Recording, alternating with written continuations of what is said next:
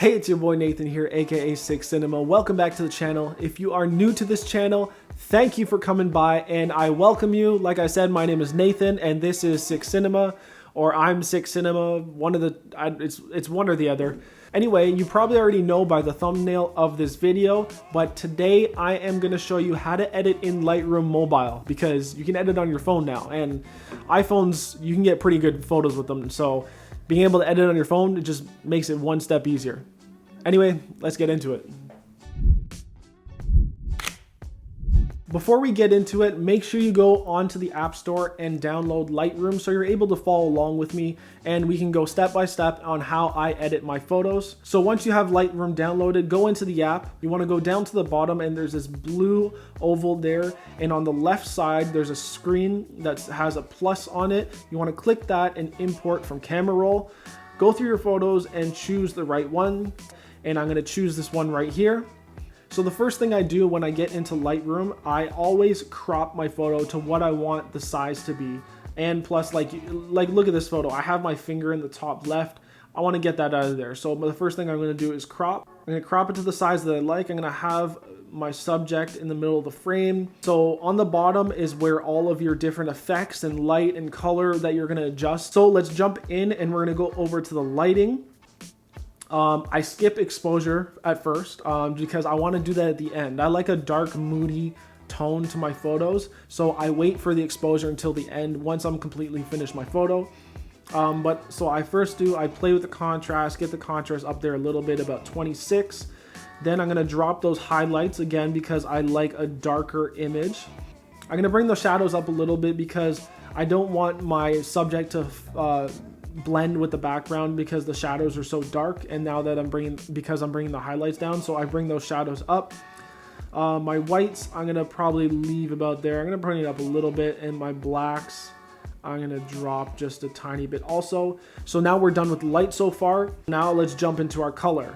The white balance is pretty good on the iPhone, so I don't usually play with it much, but I want to make this a little bit cooler, not much. We're gonna get closer to 5500 Kelvin, which is daylight basically. 5600 is daylight, so I'm gonna go around there.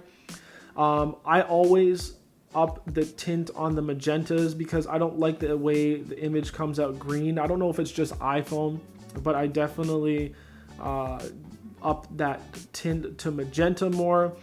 And then we're going to put up the vibrance a little and make that fur pop because you got a nice orange, and then the toy there is red. Saturation, I don't usually touch. I just leave the saturation. If you go into color mix, you're able to specifically change the hue, saturation, and luminance of each color in the photo. So what we're going to do here is I'm going to up those reds of the toy and make that pop.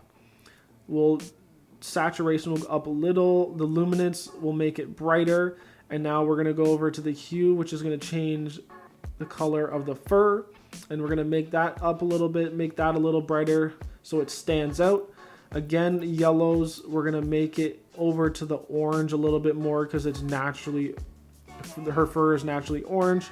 And then I'm going to make that luminance up a bit. For greens, I want to completely get rid of greens. I don't like green unless it's like a forest or something. Then I'll play with those greens. Let's get rid of the teal a little bit. The blues, we're going to drop a tiny bit. And then the magentas, I probably don't really have to touch. So I played with all my colors that I want to do. I did it pretty fast because I do this all the time, so I'm used to it. But if you don't know what you're doing, just keep sliding the sliders up and down so you see the changes it makes. That's the one thing I did when I was learning Lightroom. I just played with the sliders to see what they did. And that's where I got my taste and my eye for editing. So we're done with those colors. Now we're going to slide over on the bottom and move over to effects. I'm going to drop the texture a little bit, make this photo look a little bit softer. I don't like the hard edges, but I'm going to punch up that clarity just so she pops a little bit. Dehaze, as you can see, if I slide it back and forth, it just changes kind of like the brightness of the photo. I'm going to leave this at 0. I don't want to change it at all. Then we're going to get to the vignette. If you go to the right, it makes a white vignette, and then if you go to the left, it's a darker vignette. So I'm going to go to the left, add that vignette in there, and then I'm gonna feather it out a little more so it doesn't look so harsh and you can't see that oval. And now I'm gonna head back over to the light, and then I'm going to adjust my exposure. And because I like a little darker, moody image, I'm gonna bring it down just a bit, and that's it. So here's our before. You just hold onto the photo. There's our before image. It looks green and pasty and pale. I don't like the way it looks. And then there's our edited photo. Just looks way better already. And I did this all on my phone. So one tip that I'm gonna give you when you're editing in Lightroom is make sure that you shoot raw.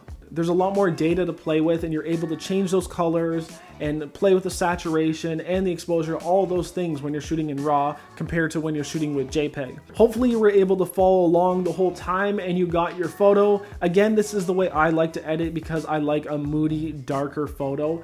You can always go back and change it and try different things. Like I said, moving that slider back and forth and just learning how the tool works and learning how photos work, because that, like I said, that's the way I learned, and I feel like that's the best way to learn if you're trying a new photo editing app or just photo editing in general. Anyways, I hope you liked the video. If you did, leave a thumbs up and a comment down below and let me know how you edit your photos and if you thought this video was helpful.